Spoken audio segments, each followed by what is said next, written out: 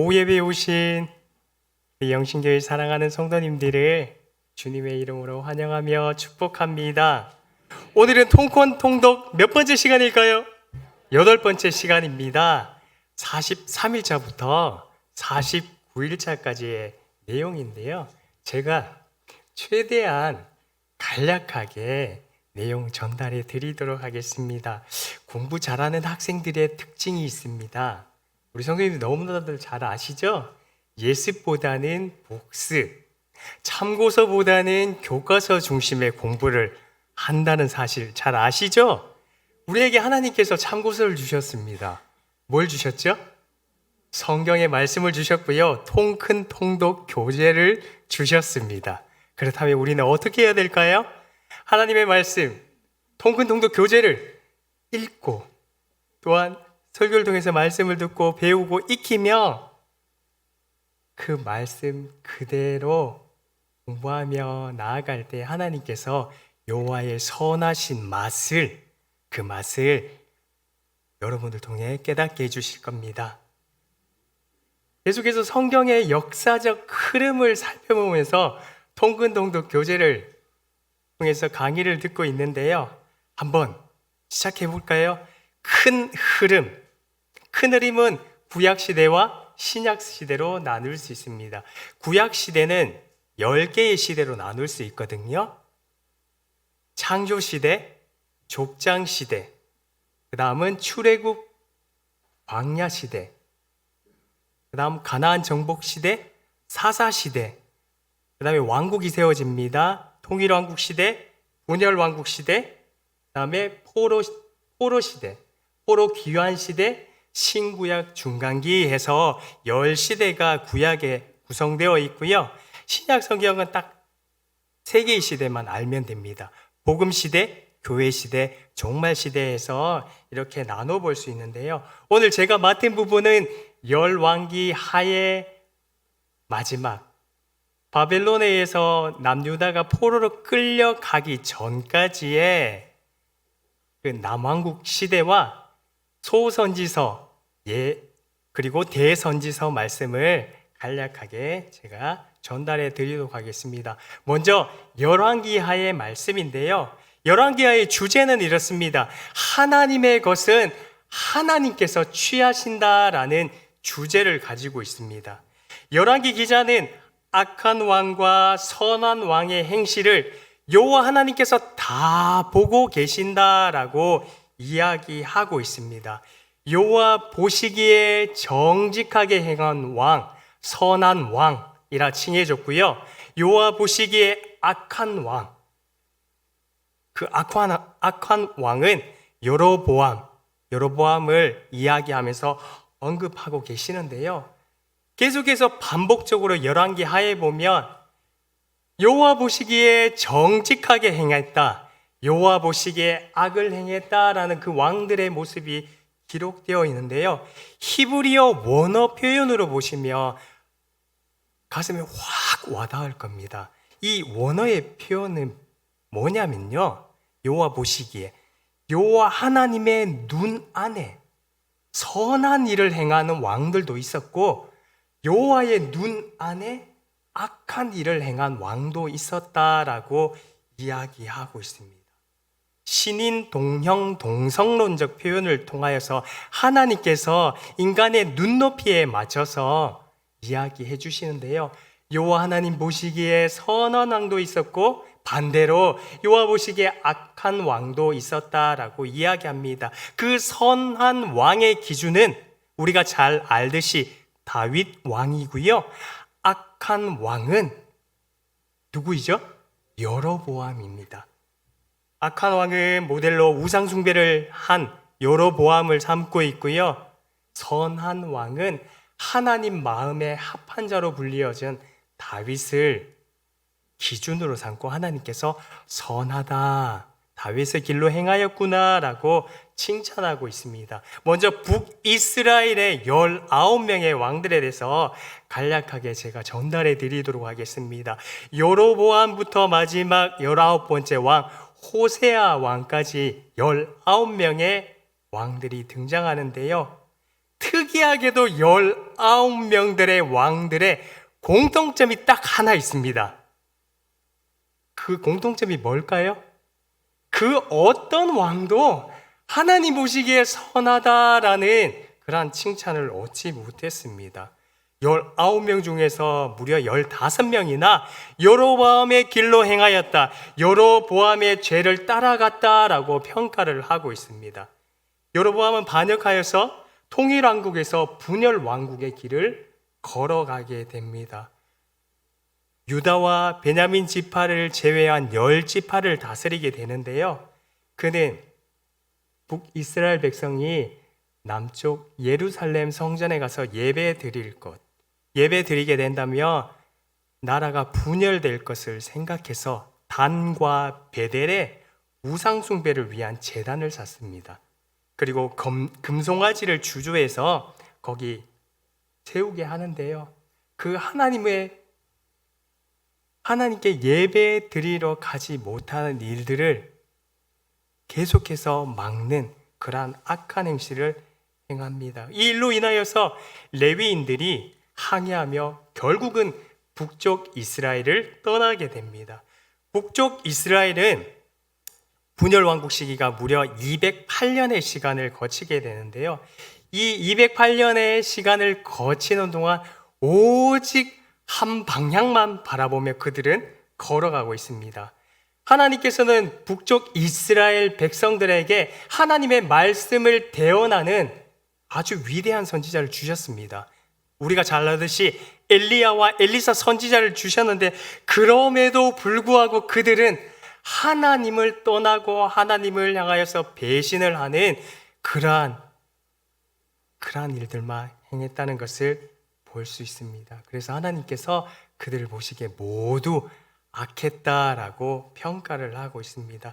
부자 간의 왕위 계승이 원래는 이어져야 되는데 무려 9차나 깨지게 됩니다. 왕위가 공석으로 2차례나 있게 되는데요. 무려 20년 동안 왕이 없는 모습도 보이게 됩니다. 19명의 왕들 중에서 7명만 자연사를 하게 되고요. 1명은 하나님께서 쳐서 죽게 되고 2명은 전쟁에서 전사했을 뿐만 아니라 1명은 자살합니다.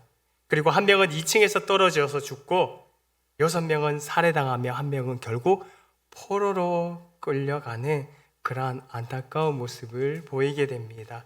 그리고 19명의 왕들 중에서 12명만이 12년간을 다스리고 통치하게 됩니다. 하지만 그 중에서도 1명은 6개월밖에 왕위를 통치 못하고요. 1명은 1개월, 단 일주일 동안 통치한 왕도 있다는 사실입니다.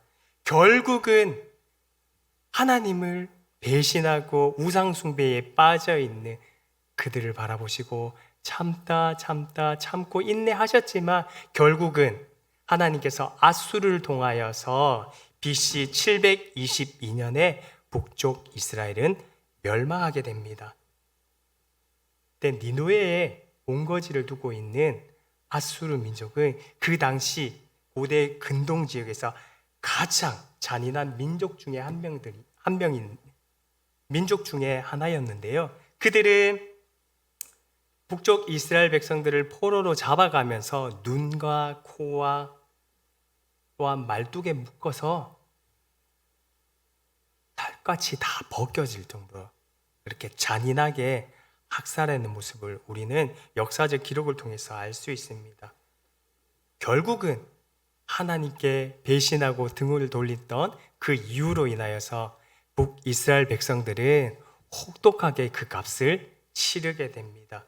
무엇보다도 호세아 선지자는 북쪽 이스라엘의 민족의 모습을 딱 꼬집어서 이렇게 이야기하고 있습니다. 호세아서 8장 4절의 말씀인데요. 함께 읽도록 하겠습니다. 함께 읽겠습니다. 시작. 아멘.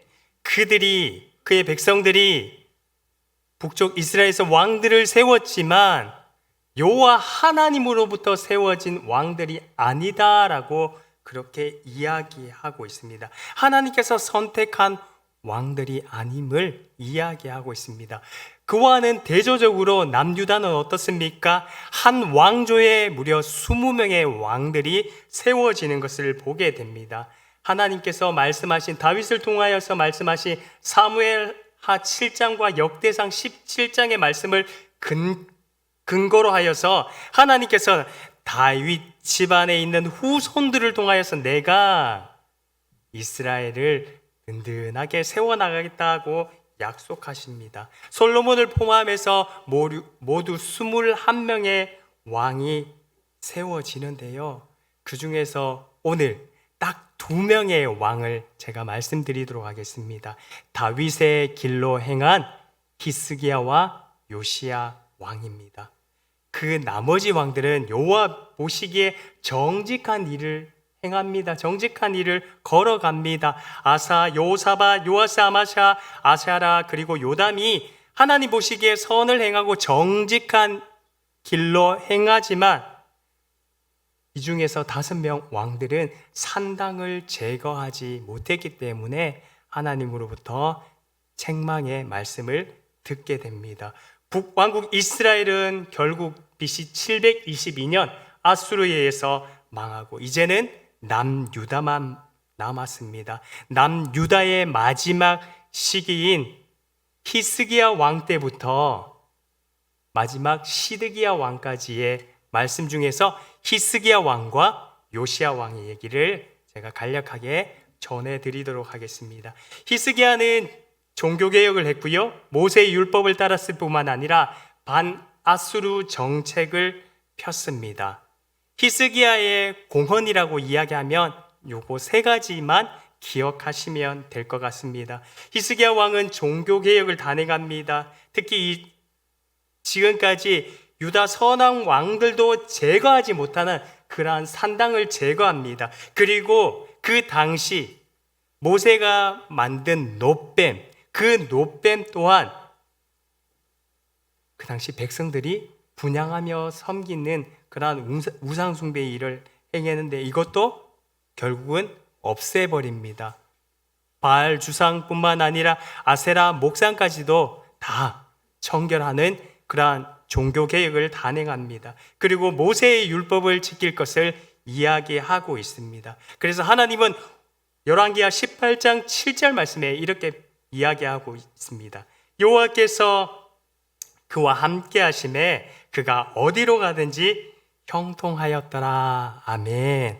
하나님 보시기에 선한 길을 행했기 때문에 무엇을 하든지 하나님께서는 형통한 길로 인도하셨다라고 말씀하고 있습니다. 마지막으로 반아수르 정책을 펴게 되는데요, 정치적으로 아버지 아하스와는 반대의 길을 걷습니다.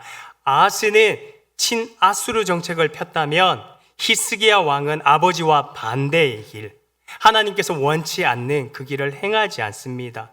반아수르 정책을 폈을 뿐만 아니라 하나님을 더욱더 신뢰하며 의지하는 그러한 정책 가운데 국정을 운영합니다. 그래서 열왕기하 기자는 히스기야 왕에게 이렇게 평가하고 있습니다. 열왕기하 18장 3절 말씀인데요, 제가 읽어드리도록 하겠습니다. 히스기야가 그의 조상 다윗의 모든 행위와 같이 여호와께서 보시기에 정직하게 행하여, 아멘.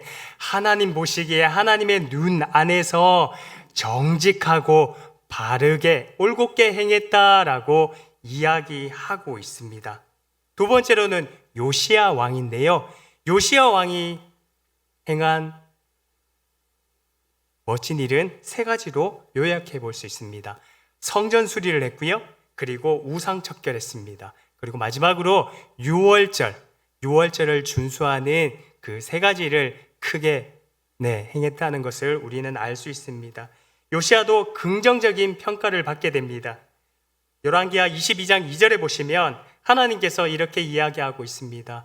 여호와 보시기에 정직히 행하여 그의 조상 다윗의 모든 길로 행하고 좌우로 치우치지 아니하였더라. 아멘. 가장 큰 업적이 바로 성전 수리를 했다고 이야기하고 있습니다. 성전 수리 가운데 대제사장 힐기야가 성전 수리를 하다가 율법책을 발견하게 됩니다. 그 발견한 책을 요시야 왕에게 갖다 주게 되는데요. 요시야는 이 율법의 말씀을 듣고 하나님께 반응하는데요. 옷을 찢습니다. 하나님 앞에 겸손히 엎드리며 이렇게 살면 안 되겠구나. 남유다의 위기가 닥쳤음을 그는 기억하면서 당시 여선지자인 훌다에게 하나님께서 우리 남유다에게 어떻게 말씀하시는지 예언해 달라고 요청합니다. 그때 율법의 말씀, 신명기 28장의 말씀을 근거로 하여서 신명기 28장 1절부터 14절까지는 하나님의 율법을 따라 행했을 때 하나님께서 부어주신 축복의 말씀이고요.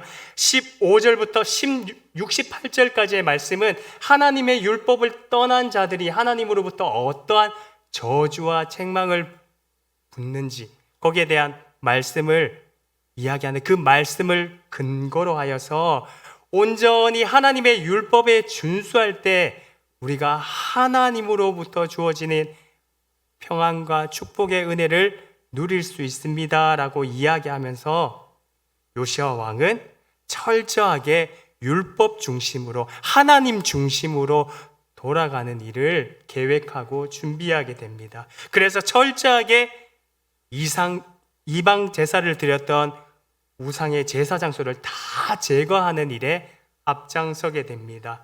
여호와의 성전에서 바알과 아세라뿐만 아니라 1월 성신의 그릇들을 다 내버립니다. 그뿐만 아니라 성전 안에 있는 남창들의 집까지도 다 허물어 버립니다. 예루살렘 곳곳 주위에 있는 산당들을 제거합니다.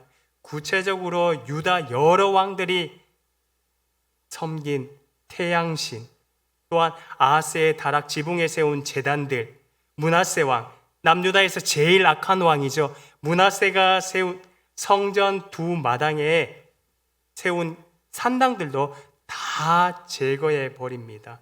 그뿐만 아니라 더 나아가서는 신접한 자, 점쟁이, 드라비 모든 하나님 보시기에 가정한 것들을 다 없애며 제거하는 요시야 왕의 모습을 보게 됩니다. 마지막으로 유월절 규례를 통하여서 다시 한번 하나님의 은혜를 받아 누리게 되는데요. 종교개혁, 요시야는 이렇게 종교개혁을 했음에도 불구하고 결국은 남유다 백성들의 타락을 막아내지 못하고 결국은 여호와의 진노의 잔을 마시게 되는 그러한 안타까운 상황에 놓여지게 됩니다. 이러한 요시야의 노력에도 열왕기 기자는 다음과 같이 기록하고 있습니다. 열왕기하 23장 24절 말씀인데요. 여호와의 성전에서 발견한 책에 기록된 율법의 말씀을 다 이루었다라고 이야기하지만 결국은 그 말씀대로 행했지만 BC 586년 남유다 백성들은 바벨론에 의해서 포로로 끌려가게 되는 것을 우리는 알 수 있습니다. 하나님은 요시야 왕을 또한 어떻게 평가하냐면요. 열왕기하 23장 25절 말씀을 통하여서 이렇게 평가하고 있습니다. 다 같이 한 목소리로 함께 읽도록 하겠습니다. 함께 읽겠습니다. 시작.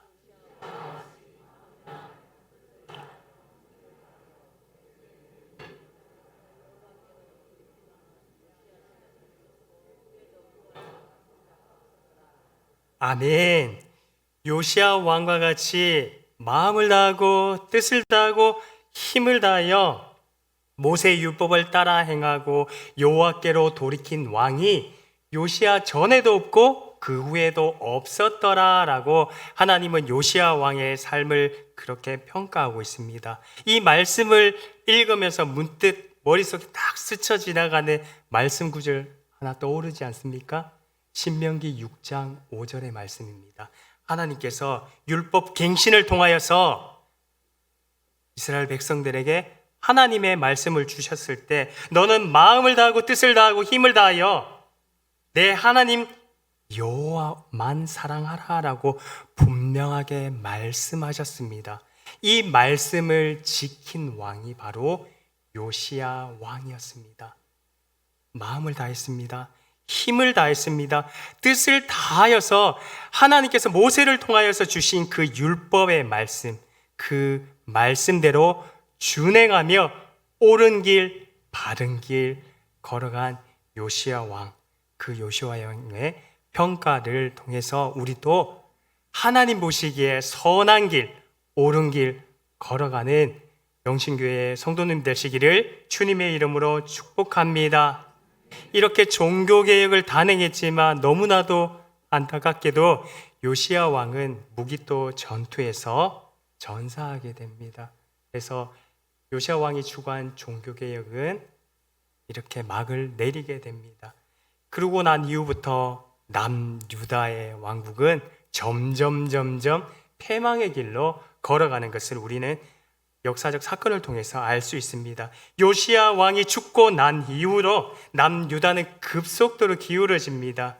요아스, 요야긴, 그리고 시드기야 왕이 바벨론 1차, 2차, 3차 침공을 겪게 되면서 결국은 남유다 왕국 또한 무너지게 되는 것을 우리는 알 수 있습니다. 요아스 왕인데요. 요아스 왕은 애굽의 바로 느고가 왕위에서 폐위시킵니다. 또한 끌고 가서 죽이게 됩니다. 요야김인데요. 이때 바벨론 1차 침공이 있을 때입니다. 이때 바벨론으로 끌려간 믿음의 용사들이 있는데요. 우리가 잘 알듯이 다니엘과 세 친구들이 이 1차 포로로 끌려갔을 때 그들은 같이 끌려가게 됩니다. 그리고 요야긴 시대에 바벨론 2차 침공이 이루어지게 됩니다. 이때 에스겔, 모르드게가 바벨론 포로로 끌려가게 됩니다. 마지막 20번째 왕 시드기야인데요. 시드기야는 바벨론을 배신하자 결국은 느부갓네살 왕이 군대를 보냅니다. 예루살렘에 보내서 아들들을 다 살해했을 뿐만 아니라 시드기야의 두 눈을 다 뽑은 채 결국 포로로 끌려가게 됩니다. 바벨론의 시위 대장인 느부사라단이 성전과 왕궁을 다 불태웁니다. 예루살렘 성벽을 파괴합니다. 더 나아가서는 성전의 기구들 또한 다 가지고 가는 그런 상황까지 몰고 가게 되는데요. 남유다의 멸망은 결국 하나님께서 하신 일이다라고 성경은 우리에게 말씀하고 있습니다. 왜 이 길을 걸어가게 되었을까요? 왜 하나님의 선한 백성인데 하나님께서 선택한 민족이었는데 왜 바벨론 포로로 끌려가게 되었을까요? 자녀의 신분에서 종의 신분으로 왜 바뀌게 되었을까요?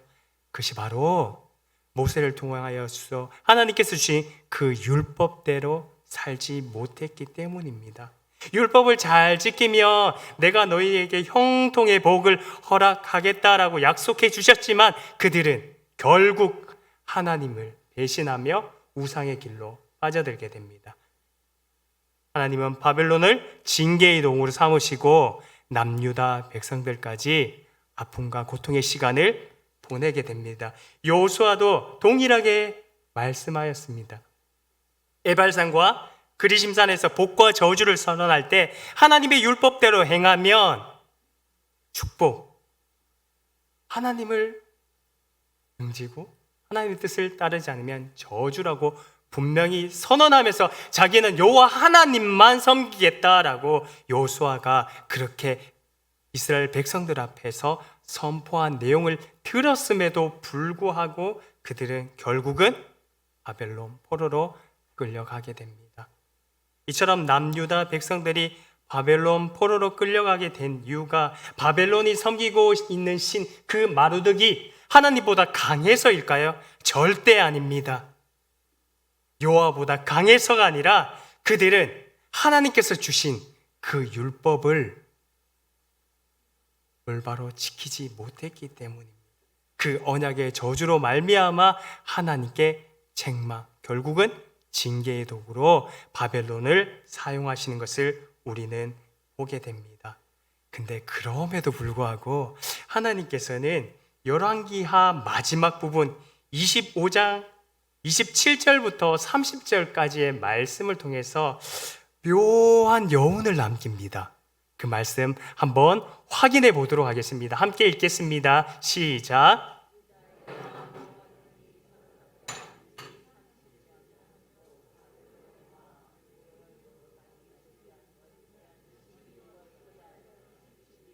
유다의 왕 요아긴을 옥에서 내놓아 그 머리를 들게 하고 그에게 좋게 말하고 그의 지위를 바벨론에 그와 함께 있는 모든 왕의 지위보다 높이고 그 죄수의 의복을 벗게 하고 그의 일평생에 항상 왕의 앞에서 양식을 먹게 하였고.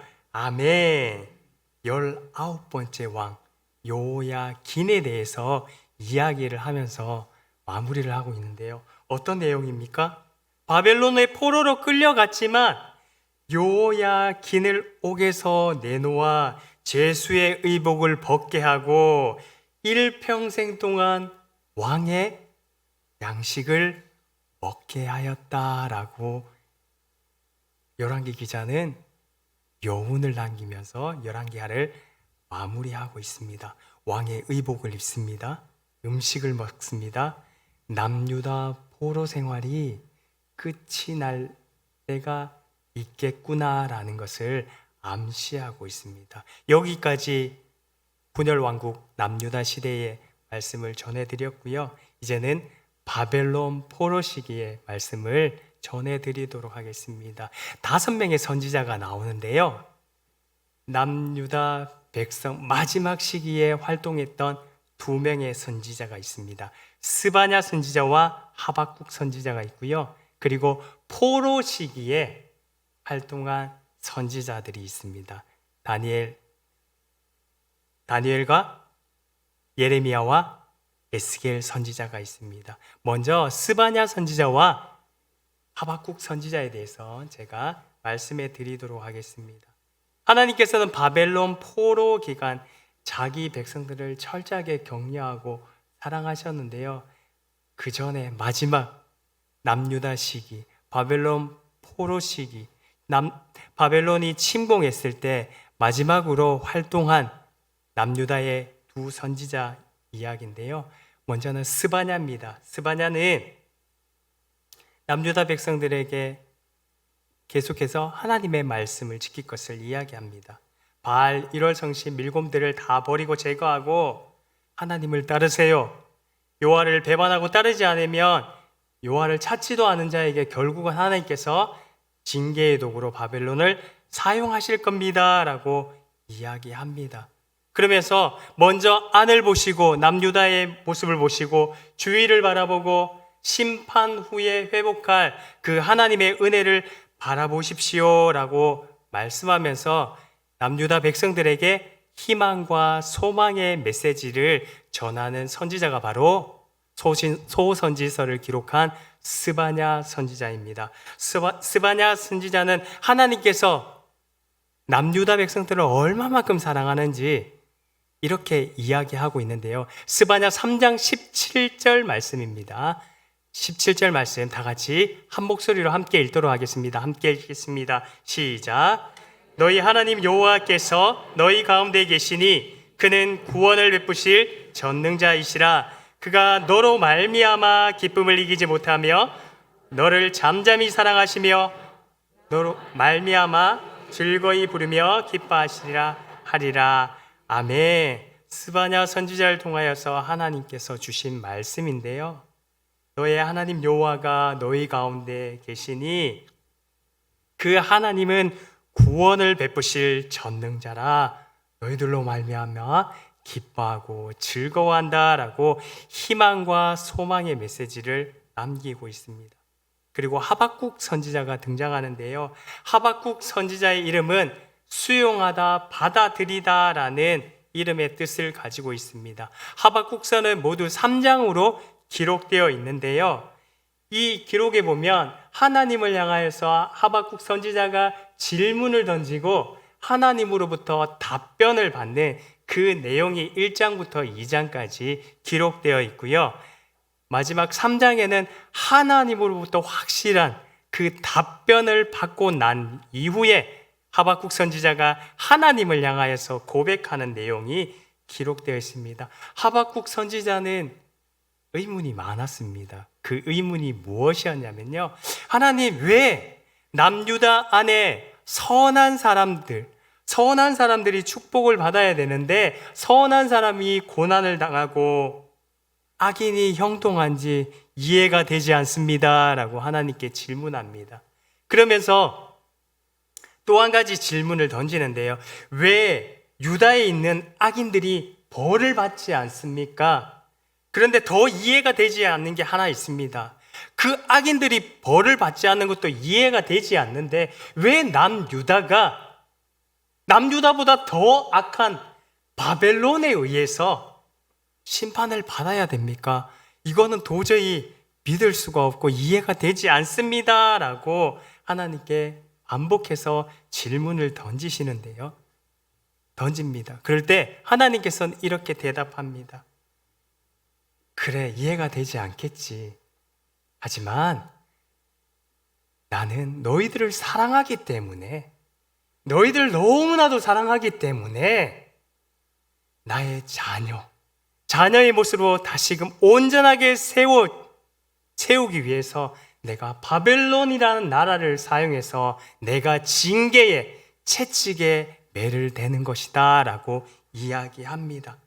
그러면서 하박국 선지자는 하나님의 그 답변을 듣고 난 후 의인도 고난 가운데 살아갈 수 있다. 하지만 그 고난 가운데, 그 역경 가운데, 힘든 가운데 있지만 구원의 하나님으로 인하여서 그 하나님을 믿음의 눈으로 바라볼 때 하나님께서 다시금 통치하시고 다스리시는 그 하나님 나라를 바라보게 될 것이다 라고 고백하면서 하박국 3장 17절에서 19절 말씀, 우리에게 너무나도 익숙한 그러한 성경 구절로 하나님께 찬양의 고백을 드립니다. 제가 말씀 읽어드리도록 하겠습니다. 비록 무화과 나무가 무성하지 못하며 포도나무에 열매가 없으며 감람나무에 소출이 없으며 밭에 먹을 것이 없으며 우리의 양이 없으며 외양간에 소가 없을지라도 나는 여호와로 말미암아 즐거워하며 나의 구원의 하나님으로 말미암아 기뻐하리로다. 주 여호와는 나의 힘이시라. 나의 발을 사슴과 같게 하사 나를 나의 높은 곳으로 다니게 하시리로다. 아멘. 하박국 선지자가 어떤 고백을 합니까? 못하며 없으며 그런 상황 가운데 있습니다. 무화과 나무에 소출이 없는 상황, 포도나무에 열매가 없는 상황, 감람나무에 소출이 없으며 밭에 먹을 것이 없고 우리의 양이 없으며 외양간에 소가 없는 그 상황 가운데 있을지라도, 절박하고 힘든 그 아픔 가운데 있을지라도, 그럼에도 불구하고 나는 구원의 하나님으로 인하여서 기뻐하고 즐거워할 수 있습니다. 그 전능자 하나님께서 우리를 다시금 유대 땅으로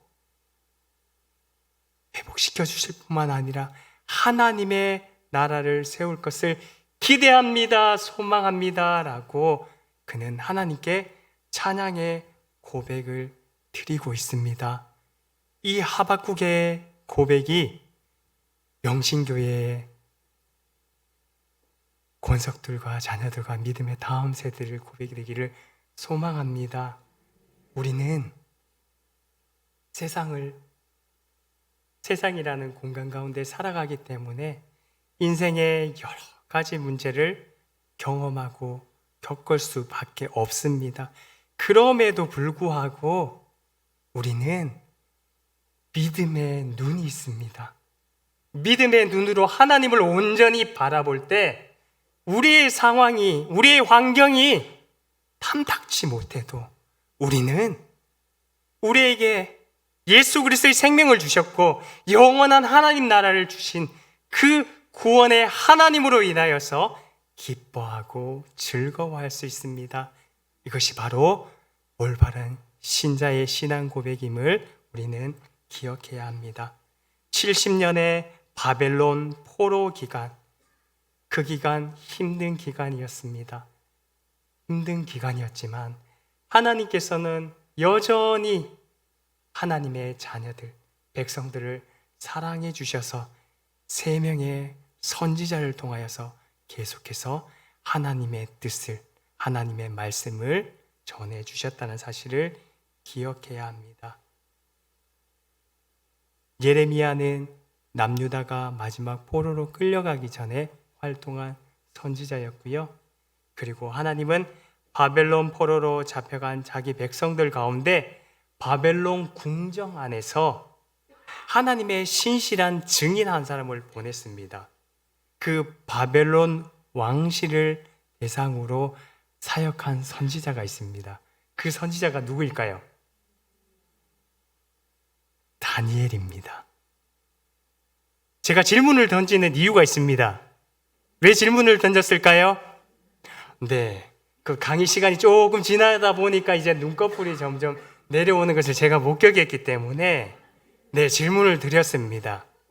바벨론 왕이 주는 부정한 음식을 거절했고요. 큰 신상에게 절하지 않은 신앙의 절개를 가진 한 사람을 바벨론 포로 기간에도 두셨다는 사실입니다. 이 사실을 통해서 하나님께서는 여전히 하나님의 백성을 사랑하시는구나라는 것을 우리는 알 수 있습니다. 마지막으로 다니엘보다 몇 년 뒤에 포로로 잡혀가서 일반 서민들과 함께 바벨론 그발 강가에서 하나님께서 주신 바퀴틀 안에 바퀴틀의 환상을 보고 또한 마른 뼈들이 살아 생기를 얻는 그 환상으로 사역한 선지자가 한 명 더 있습니다. 누구일까요? 맞습니다. 마지막 에스겔 선지자를 하나님께서 주셨습니다. 예레미야 선지자를 주셨고요. 다니엘 선지자를 주셨고요. 마지막으로 에스겔 선지자를 주셨다라는 사실입니다. 포로 기간 하나님의 말씀을 계속해서 대언한 3명의 선지자입니다. 먼저 예레미야 선지자인데요. 예레미야는 우리 성도님들이 너무나도 잘 아듯이 고독과 눈물의 선지자입니다. 늘 많이 울었던 것 같습니다. 평생 결혼도 못하고요. 가족과 백성들에게 늘 배척을 당했습니다. 모진 모함으로 옥에도 갇히고 두들겨 맞는 그러한 옥살이도 한 예레미야 선지자의 모습을 볼 수 있습니다. 예레미야서가 긴데요. 간략하게 딱 축소를 하면요. 심판과 회복의 책입니다. 남유다 심판. 그리고 남유다뿐만 아니라 그 주위를 둘러싸고 있는 에돔, 모압, 암몬 주변 국가들의 심판에 관한 내용이고요. 그럼에도 불구하고 하나님께서는 70년의 포로 기간을 다 채우게 된다면 하나님께서 하나님의 방법으로 다시금 남유다 백성들을 통하여서 하나님의 나라를 재건하겠다라고 약속해 주십니다. 칼과 기근과 전염병으로 인하여서 여러 가지 모진 순환의 길을 걷지만 그럼에도 불구하고 하나님께서는 70년 바벨론 포로 기간이 되면 내가 다시금 너희들을 통하여서 새 언약을 세우겠다라고 약속해 주시는데요. 예레미야에서 제일 중요한 부분입니다. 암기하기도 쉽습니다. 3131이거든요. 예레미야 31장 31절의 말씀에 보시면 예레미야 선지자를 통하여서 이렇게 말씀하고 있습니다. 이 말씀 다 같이 한 목소리로 함께 읽도록 하겠습니다. 함께 읽겠습니다. 시작.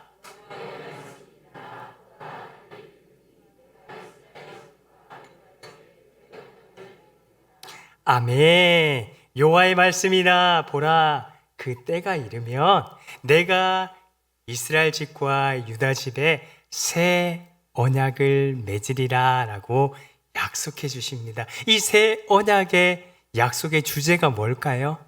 그 주제는요, 다른 것이 아니라 나는 너희의 하나님이 되고 너희들은 나의 백성이 되는 것이다 라고 하나님께서 다시금 약속을 주시는데요. 이 약속은 돌판에 새긴 언약이 아니라 이제는 너희의 심령 가운데, 너의 마음 가운데 다시금 그 새 언약을 내가 새겨놓겠다라고 말씀하시면서 이 새 언약을 통하여서 결국 예수 그리스도께서 그 언약의 성취로 이 땅에 오신다는 사실입니다. 두 번째로는 다니엘 선지자인데요. 다니엘은 하나님의 섭리와 주권에 대해서 이야기하고 있습니다. 하나님이 모든 구원의 역사를 이끌 뿐만 아니라 하나님의 회복의 계획도 하나님의 뜻 안에서, 하나님의 주인 되심 안에서 이루어질 것에 대해서 다니엘 선지자는 이야기하고 있습니다. 다니엘서는 1장부터 13장까지 기록되어 있지만 두 부분으로 나누어 볼 수 있습니다. 1장부터 6장까지는 전반부인데요. 다니엘이 경험한 역사적 사실에 대해서 기록하고 있고요. 7장부터 13장까지는 그 예표에 대해서, 묵시적 예언에 관한 내용인데요. 전반부의 말씀을 보면 신앙의 절개를 지키는 다니엘의 신앙의 모습이 잘 기록되어 있습니다. 왕의 탄의 진비를 거부합니다. 그리고 신상 앞에서 절하지 않습니다. 그로 인하여서 풀무불에 던져집니다. 또한 사자굴에도 던져지는 그러한 아픔을 경험하지만 그럼에도 하나님께서는 다니엘과 계속해서 함께 하셨다는 사실을 이야기해 주고 있고요. 후반부의 내용은 묵시적이면서 예언적인 내용인데요. 거기에는 네 짐승이 나타나고 있습니다. 네 짐승 환상이 나타나는데요. 사자, 표범, 사자, 곰, 표범, 열뿔 달린 짐승이 나타나고 있는데요. 이 환상의 내용은 이렇습니다. 바벨론이 결국은 메데 페르시아 왕국으로 인해서 멸망되었고 그 바사 페르시아 제국은 헬라 제국에서 멸망될 것이고 그 헬라 제국은 로마 제국에 의해서 멸망하게 될 것임을 환상을 통해서 보여주시는데요. 그 환상은 다니엘서 2장에 나타난 금신상, 금과 은과 동과 철로 만들어진 그 세상 나라에 대해서 이야기하고 있고요. 그 세상 나라도 하나님께서 다 주관하고 그 세상 나라 가운데 왕을 세우고 그 나라의 흥망성쇠를 간섭하시고 함께 하신 하나님이 바로 역사의 주인이 하나님임을 이야기하고 있습니다. 그러면서 세상 나라는 짐승 나라이지만 하나님 나라는 인자 같으니 예수 그리스도를 통하여 세우실 하나님의 나라에 대해서 이야기하고요. 세상의 나라는 이렇게 일시적인 나라이지만 예수 그리스도를 통하여서 영원한 나라를 다시 한번 세우겠다라고 이야기하고 있습니다. 그리고 세상 나라는 금과 은과 녹과 철로 된 화려하지만 세상 나라는 그냥 떠인 작은 돌에 불과한 그 형편없는 모습의 나라지만 그 돌로 인하여서 그 세상 나라가 다 무너질 것에 대해서 하나님은 약속해 주고 있는 말씀이 바로 다니엘서의 기록임을 우리는 알 수 있습니다. 마지막으로 에스겔 선지자의 말씀을 잠깐 간략하게 말씀드리고 마무리하도록 하겠습니다. 에스겔 선지자는 네 바퀴 환상을 통해서 하나님께서 여러 가지 환상을 보여주셨는데요. 결국 하나님께서 이야기하고 있는 메시지는 하나님께서 함께 하신다라는 메시지에 대해서 이야기하고 있습니다. 에스겔 선지자는 달갑지 않은 그 메시지를 전한다는 이유로 모진 핍박과 고난과 역경을 겪게 되는데요. 무려 430일 동안 한쪽으로 누워 있다가 또한 날카로운 칼을 삭도로 삼아서 머리칼과 수염을 모두 깎는 그러한 행위도 하고요. 심지어는 사랑하는 아내가 죽었음에도 불구하고 엉엉 울거나 슬퍼할 수 없는 그러한 상황까지 놓이게 됩니다. 예레미야 선지자, 다니엘 선지자, 그리고 마지막으로 에스겔 선지자가 포로 시기 가운데 하나님께서 하나님의 뜻을 보여준 선지자입니다. 이 세 사람의 공통점이 있습니다. 그것은 바로 선을 행함으로 고난 받는 것을 사명으로 여겼다라는 사실입니다. 베드로 사도도 고난에 대해서 이렇게 이야기하고 있는데요. 베드로전서 2장 21절 말씀입니다. 제가 읽어드리도록 하겠습니다. 이를 위하여 너희가 부르심을 받았나니 그리스도도 너희를 위하여 고난을 받으사 너희에게 본을 끼쳐 그 자취를 따라오게 하려 하셨느니라. 아멘. 베드로 사도도 고난의 장에서 이렇게 이야기하고 있습니다. 이해가 되지 않는 고난, 아픈 상황, 예수 그리스도를 증거하는 그 복음으로 인하여서 고난받는 초대교회의 성도들을 향하여서 이것은 당연한 거다, 마땅한 거다, 우리가 주의 길을 걸어가기 때문에 복음으로 받는 고난은 마땅한 거다. 예수 그리스도께서도 고난 뒤에 있는 영광을 바라보시면서 고난의 길 걸어가였듯이 우리 또한 그 고난의 길, 주님의 가신 그 길을 믿음으로 한 걸음 한 걸음 걸어가야 될 것에 대해서 이야기하고 있습니다. 사도 바울도 로마서 8장 17절 말씀에서 이렇게 이야기하고 있습니다. 제가 읽어드리도록 하겠습니다. 자녀이면 또한 상속자, 곧 하나님의 상속자여 그리스도와 함께한 상속자니 우리가 그와 함께 영광을 받기 위하여 고난도 함께 받아야 할 것이니라. 아멘. 그리스도와 함께 영광을 받기 위해서는 그 전에 영광만 바라보는 것이 아니라 고난도 함께 참여해야 된다라고, 예수 그리스도의 흔적을 복음으로 인하여서 고난받는 그러한 삶을 새길 것에 대해서 사도 바울은 이야기하고 있습니다. 고난의 길 걸어간다는 것은 쉽지 않습니다. 사명자의 길을 걸어간다는 것은 늘 우리에게 기쁨만이 주어지는 것은 아닙니다.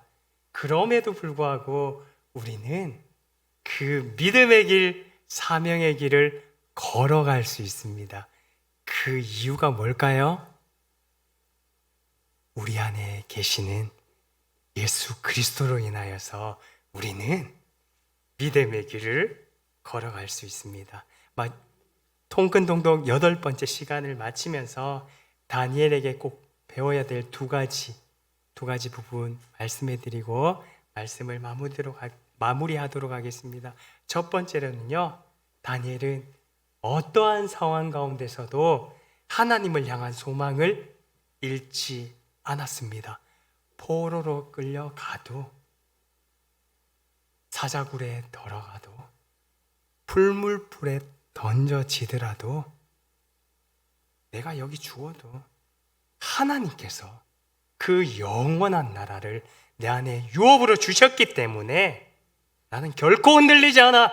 나는 소망의 사람이고 믿음의 사람이다 라고 그는 그렇게 하나님을 향하여서 신앙 고백하는 것을 볼 수 있습니다. 두 번째로 그 소망을 잃지 않기 위해서 늘 근신하며 깨어 기도한 다니엘의 모습을 볼 수 있습니다. 기도가 바로 능력입니다. 하나님께서는 우리에게 은혜의 방편으로 3가지를 주셨습니다. 말씀을 주셨고요, 기도를 주셨고요, 성례를 주셨습니다. 세례와 성찬을 주셨는데요, 교회 공동체 안에 주신 그 은혜의 방편을 우리는 늘 기억해야 합니다. 마음이 공고하고 힘들 때 어떻게 해야 될까요? 말씀을 펴야 되고요, 그 말씀을 붙들고 기도할 때 우리 삶 가운데, 우리 가정 가운데, 우리가 섬기고 있는 영신교회 공동체 가운데, 이 나라 이 민족 가운데, 더 나아가서는 모든 민족과 백성들과 방언들과 언어 가운데 역사하실 그 하나님을 믿음의 눈으로 바라볼 수 있습니다. 예수 그리스도가 바로 그 생명의 빛이기 때문입니다. 요한복음 8장 12절 말씀에 보면 이렇게 기록되어 있습니다. 예수께서 또 말씀하여 이르시되 나는 세상의 빛이니 나를 따르는 자는 어둠에 다니지 아니하고 생명의 빛을 얻으리라. 아멘. 빛 대신 주님과 가까이 하며 동행하시는 우리 성도님들이 되시기를 주님의 이름으로 축복합니다. 어둠이 내 안에 있는 빛을 아무리 잡아먹으려 하더라도 그 빛을 물러가게는 할 수 없다는 사실을 기억해야 합니다. 어둠은 빛이 오면 물러가지만 빛을 물러가게 할 어둠은 없습니다. 마지막으로 제가 중국 땅에 있으면서 저도 마음이 공고할 때, 힘들 때 하나님을 향하여서 고백한 그 찬양의 고백이 있는데요. 네, 구름 위의 태양이라는 찬양을 잠깐 소개해 드리고 말씀을 마치도록 하겠습니다. 윈샹 타이양이라는 찬양인데요. 태양은 하나님을 비유해서 이야기하고 있는데요. 가사의 내용은 이렇습니다. 제가 잠깐 전달해 드리도록 하겠습니다. 无论是住在美丽的高山，或是躺卧在阴暗的幽谷, 우리가 아름다운 고산에서 평화를 누리며 살든지 혹은 음침한 골짜기 가운데 힘든 고통의 시간을 보내든지, 当你抬起头，你将会发现 당신은 고개를 들고 하늘을 바라보면 하나님을 발견할 수 있습니다. 注意为你而预备. 당신은 주님께서 당신과 함께 하실 뿐만 아니라 당신의 모든 인생 가운데 그 모든 길을 예비해 놓았다는 사실입니다. 윈샹 타이양 타종 부가이변, 구름 위의 태양은 결코 불변하지 않습니다.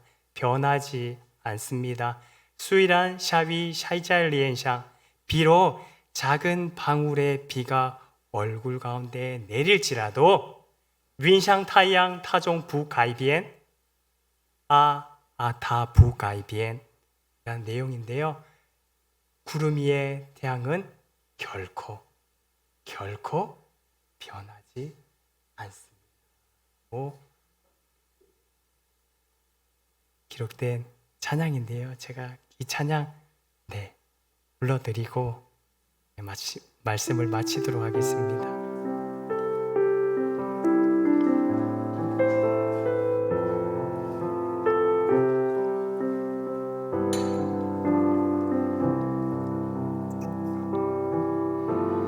흐른 수주在美丽的高山，或是躺卧在阴暗的幽谷，当你抬起头，你将会发现，主你为你而预备。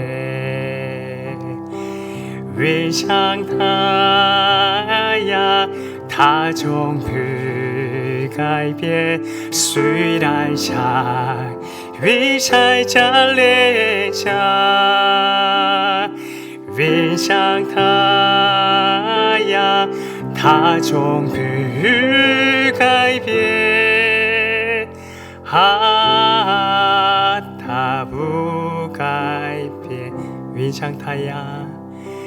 云像太阳，它总不改变，虽然像云彩在脸上，云像太阳，它总不改变，它不改变。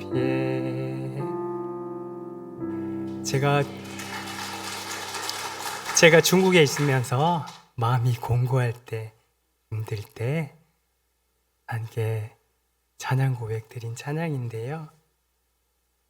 온통 흑암 가운데 쌓일지라도 그 흑암 너머에는 여전히 우리를 눈동자같이 보호하시고 지키시는 하나님이 계십니다. 성도님들의 시선이 어디에 머물러 있습니까? 우리는 땅에 머물러 있을 때 땅의 것을 바라보면서 염려하고 걱정하며 근심 가운데 살아갈 수밖에 없는 존재입니다. 하지만 믿음의 눈을 들어 영원히 변하지 않는 그 하나님을 믿음의 눈으로 바라본다면 잠시 잠깐 나그네 길 길지 않습니다. 그 비록 길더라도 주님으로 인하여서 기뻐하고 즐거워하며 고난의 길 감사하게 여기며 사명의 길 걸어갈 수 있다는 사실을 기억했으면 합니다.